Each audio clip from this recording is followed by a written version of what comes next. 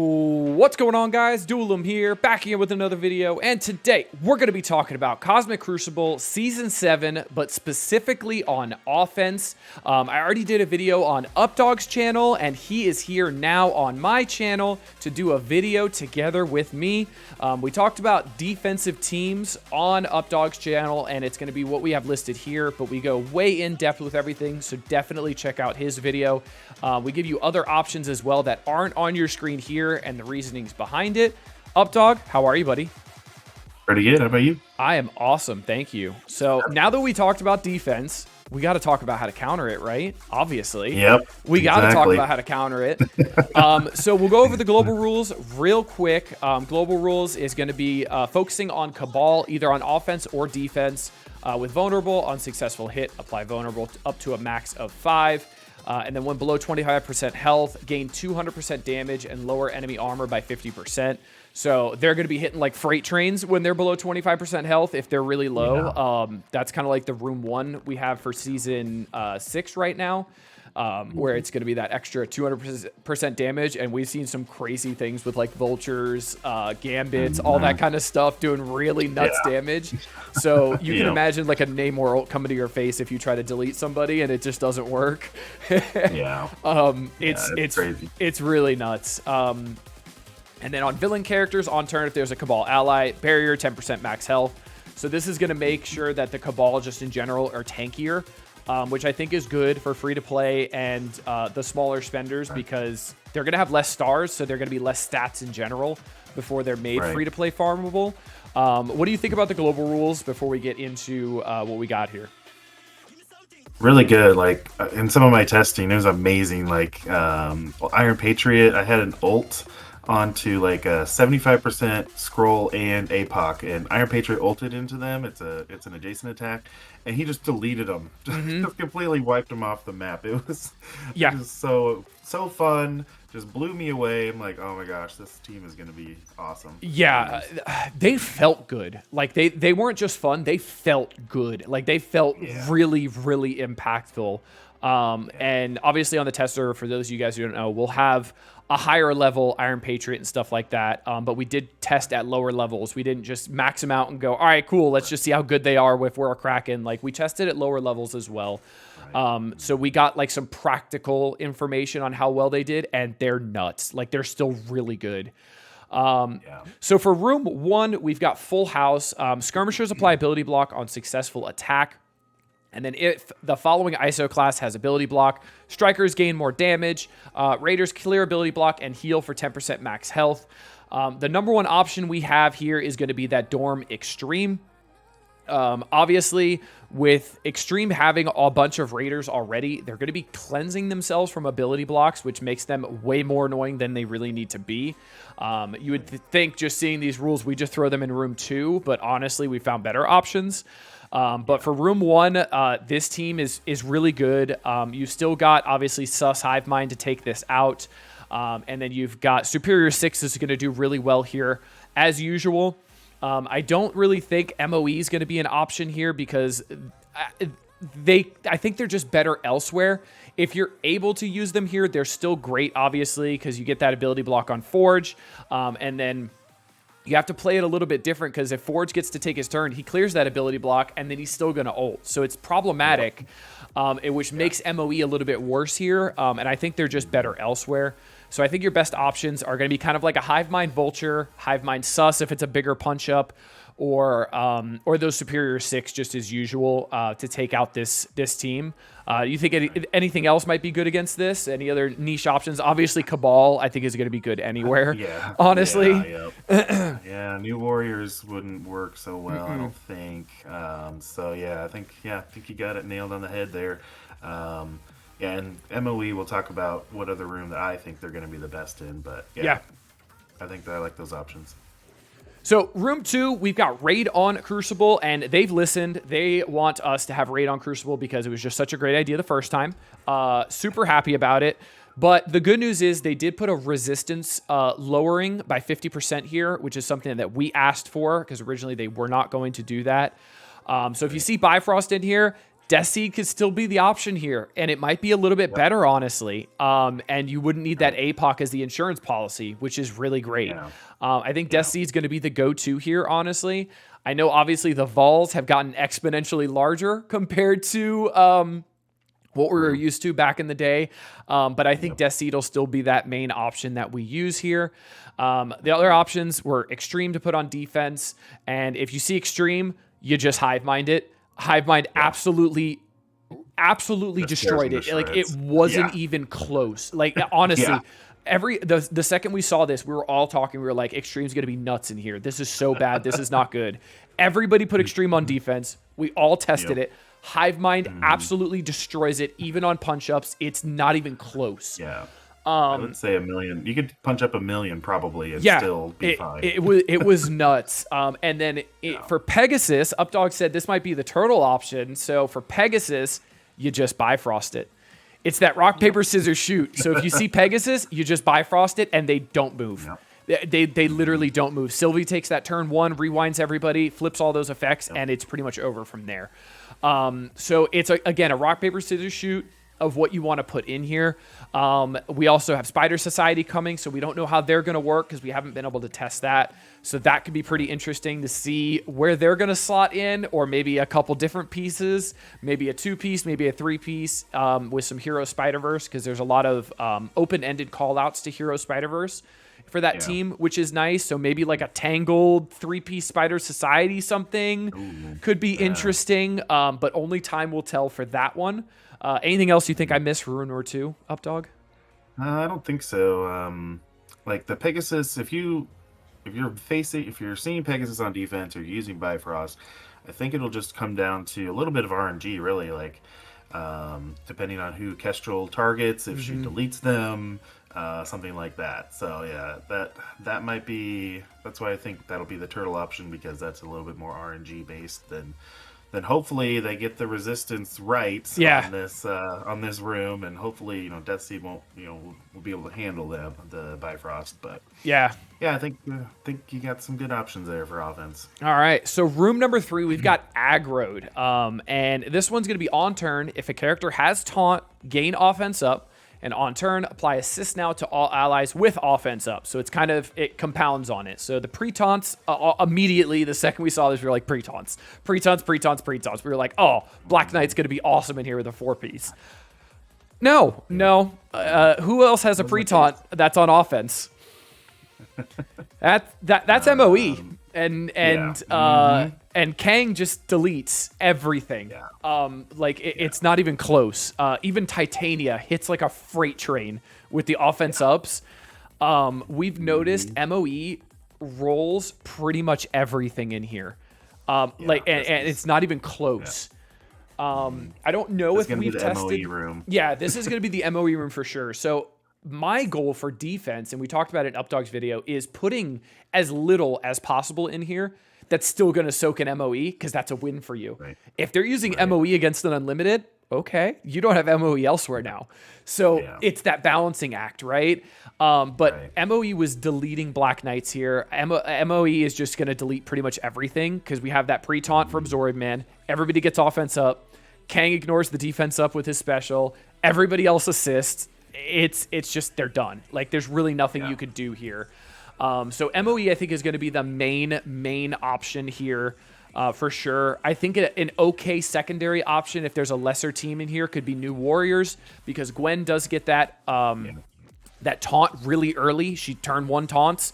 So it's essentially like a pre-taunt. She just doesn't spawn with it. So you won't get those assists on turn 1 from Gwen, but anything after that, you'll get those assists. So New Warriors could be really good here as well to take out other teams. And then in room number 4, Unstable Energy. This one is probably my favorite room, honestly. This one's the most open to interpretation. So we've got villain characters, ultimate abilities cost 2 less energy, lower max health by 25%. We put Superior 6 in here because if you want to be a turtle, you want to be that guy, put Superior 6 in here.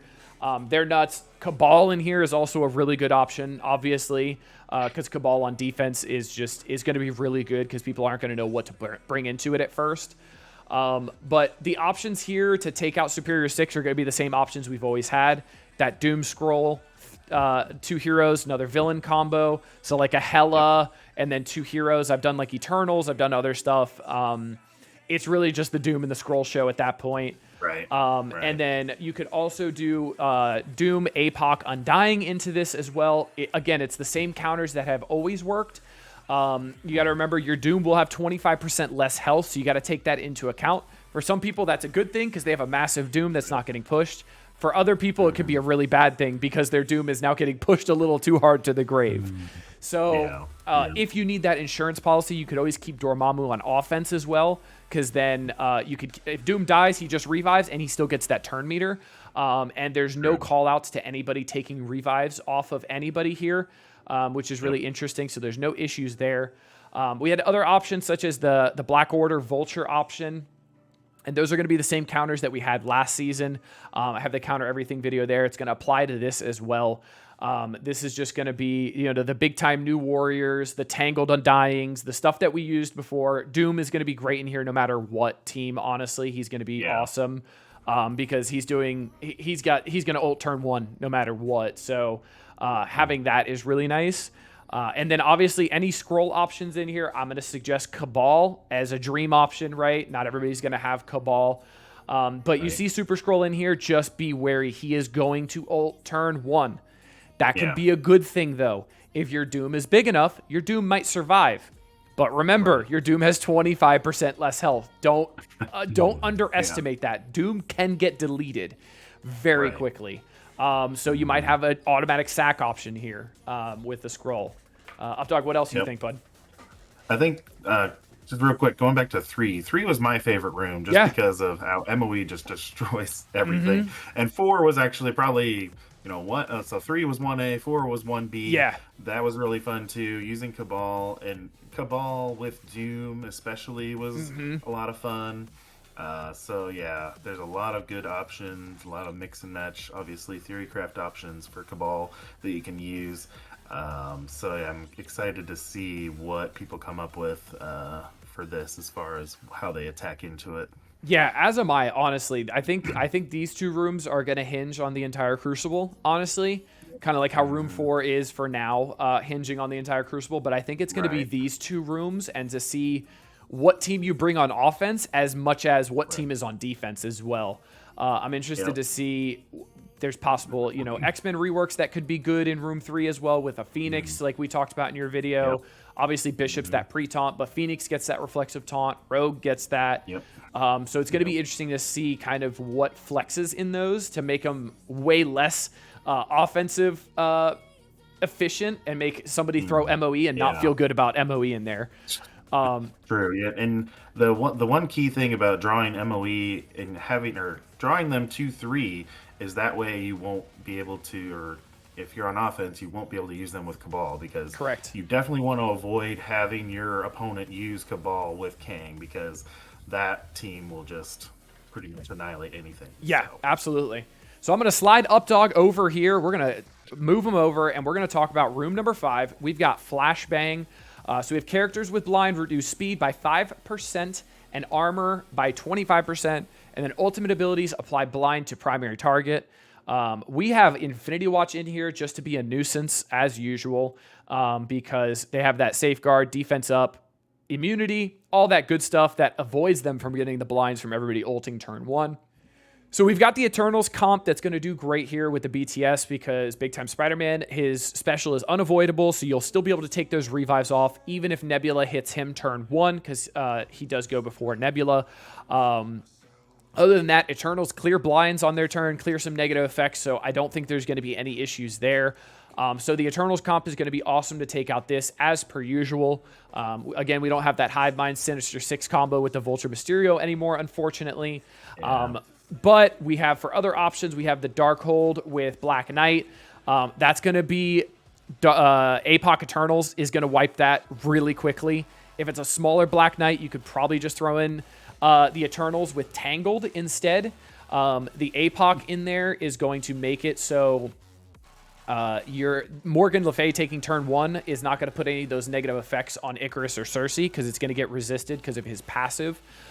because obviously Morgan Le Fay is a great counter to Eternals. Same thing with Agatha.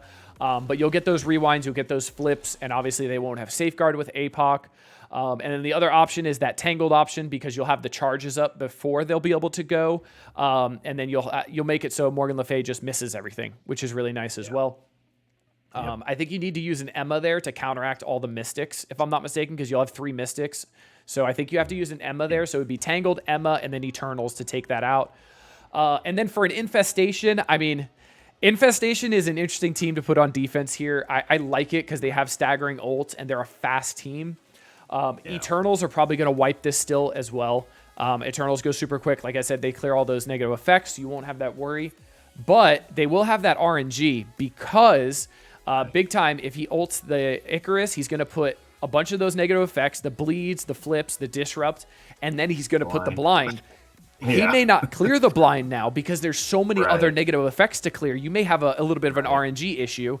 But what you could do here is if you do have Loki on offense, you can bring Loki in to make Cersei go first. So she'll ult and guarantee that everything is cleared and you'll have no issues whatsoever. And then this team will just fold unless it's like a 3 million infestation, which I have seen, but it's still Eternals that just do really good things here. Do you have anything else for room number 5? So okay. So like we said, room 3 and 4, the Crucible is going to hinge on those, but I think 5 is going to be kind of a dark horse type room. Like it could really throw you off depending on what you bring in there and what they have on defense. So yeah, I think, and also, with our recommendation with Infinity Watch, I'm glad they don't have forever, never-ending Safeguard anymore. Oh, yeah. But we also don't have that remove revive thing like you were saying. So, just be careful. Be careful of think through how this is going to play out with when they're going to ult and when you're going to ult and things like that. Yeah, absolutely. Another good team here for potential other defense options you'll see here is New Warriors, because obviously New Warriors does put out blinds and stuff like that. So New Warriors is going to be another good option here. I think they're going to be used on offense in either 5 or 3 this season because, like we said, with 3, the Gwenpool special gets that taunt, and then in 5, they do put out blinds, so that could kind of change some turn orders as well. But it depends what you see. Obviously, there's going to be so many options right off week 1 of everybody thinking what there is going to be best and actually getting their hands on it and stuff. But let's finish this off with room number 6. We've got Crossroads. On crit, apply bleed to primary target. If any Ghost Rider is an ally, and if they have bleed, they gain 20% armor, and then apply 20% crit chance to allies. So as the top choice for defense, we obviously have SD Noir here because we have a bunch of bleeds. We have a bunch of people critting with Noir as a raider. And then obviously the Ghost Rider being in there is definitely really nice. Photon as a raider is a great choice as well. I prefer Photon as a raider because I think Robbie's just so much better of a striker. And then this is going to be New Warriors as per usual. Obviously, there's a little bit of RNG, but we've used the Lizard to kind of counter that RNG a little bit. There's also a counter going around that you could use Emma as a 5th for New Warriors as well to make it so Noir goes after Ms. Marvel Hardlight, so you'll be guaranteed to dodge the Ms. Marvel Hardlight. The problem I see with that, though, is Noir is still going to get to take his turn, and he is going to hit. And his ultimate is going to put out extra bleeds because he's going to be critting.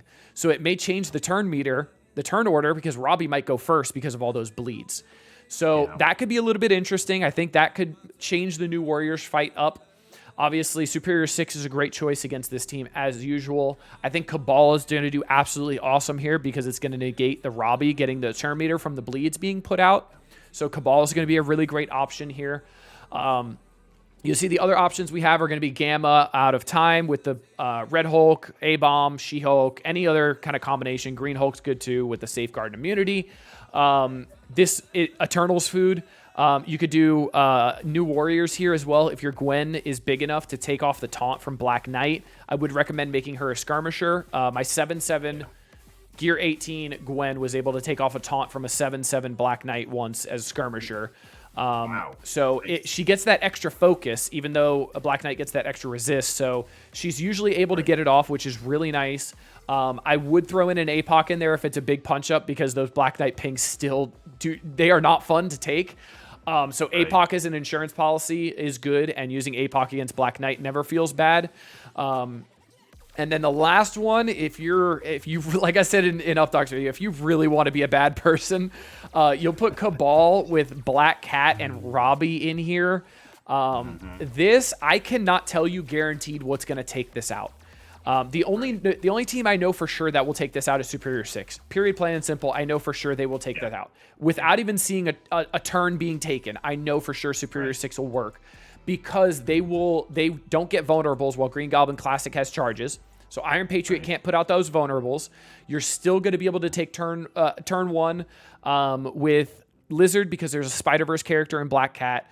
Your Green Goblin Classic is going to rewind, and then Cabal is just too slow to get going. They're just going to rewind everybody, take all their buffs, and Superior 6 will roll this. As for anything else, I can't attest to it because I haven't seen Cabal work, especially on defense, as much when it comes to turn orders and what happens. So please be wary of this. That is why I recommend keeping Superior 6 on offense for week 1. I think week 1 is all about offense because you want to leave yourself with as many options as possible. And then, so like if you're far right on offense, as you notice what you need or what you don't need, you slowly put that slider more and more based on what you're seeing people use against you and what you're seeing using against your opponents. So that's going to be definitely a determinant. That's how I kind of look at Cosmic Crucible seasons as a whole, especially pre-week 1 and then during week 1 as well. It's seeing what people are using against me, what I'm using against them, and noticing, I way over-invested onto this team. I could beat it with Death Seed instead, or I could beat it with something super easy. Cool, now I can throw something else on defense. So overall, I think this season's going to be really cool. This season has honestly 3 really good rooms. I feel like I'm going to move Updog back over. I feel like 1, 3, and 4 are some of their best rooms, honestly, ever. 1 is awesome because of the ISO changes. I think that makes so many teams an option there. Just putting them as raiders, and then you can't control them anymore. And then Raid on Crucible. Aggroed, I think, is a really cool room. I think it's going to be interesting to see what we can do to trip up MOE there. Room 4, the villain characters, I think that's awesome. It's to all villains again. I think the new options that we have for villains are going to be really cool here. Because obviously Super Scroll is going to be a great option here. And then, the Black Order coming back again, which I like. I put Thanos really high for that in last season. So I'm happy with that. But what are your final thoughts, Updog? Well, I think there's going to be some of those key plug-and-play characters that'll maybe, you may want to build up. I don't know. You'll have to see how it goes. But, like, Emma, I think, especially if you see Cabal on defense, Emma will counter them, depending on who they have with them. There's a few of those characters that'll negate Emma. But if you throw Emma against a Cabal team, that really slows them down even more. So you can get ahead of them even more than what you were talking about with Superior 6. So... and then there's good Echo could be a good useful again in room 3, right? Yep, room 3. And then we'll see how the Noir rework plays into things. He might, like you said, just get a bunch more bleeds, and those bleeds could deal a lot more damage. So it'll be interesting to see what happens. But yeah, I'm really excited. Hope everybody else is excited about it, and I'm just looking forward to seeing what people come up with. Yeah, absolutely. So if you're wondering how we came up with these defenses, go check out Updog's video. His channel will be linked down below as well as the video. So we talked about all the defenses and all the other options that you could possibly have. And then obviously me, I'm the counter everything guy. I had to talk about how to dismantle it immediately because that's my thing. That's what I love to do. Updog gave me the green light to do it, so I was like, oh, absolutely. You want me to dismantle your defense before week 1? Let's do it.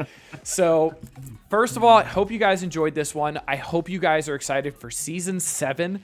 I know I am. These rooms are honestly really cool, especially rooms 1, 3, and 4. I think there's going to be a lot of theory crafting coming out with Cabal fully coming out for free to play and pay pretty soon. And then also having Spider Society maybe throw a monkey wrench into room 2. And then room 2 could turn into that hinging room of the whole Crucible is who has Spider Society and who doesn't kind of thing. So I'm really, really excited for this season. Once again, please go check out UpDog's video to see how we talked about all of these defenses. But until next time, this has been Duel 'em. Later, y'all.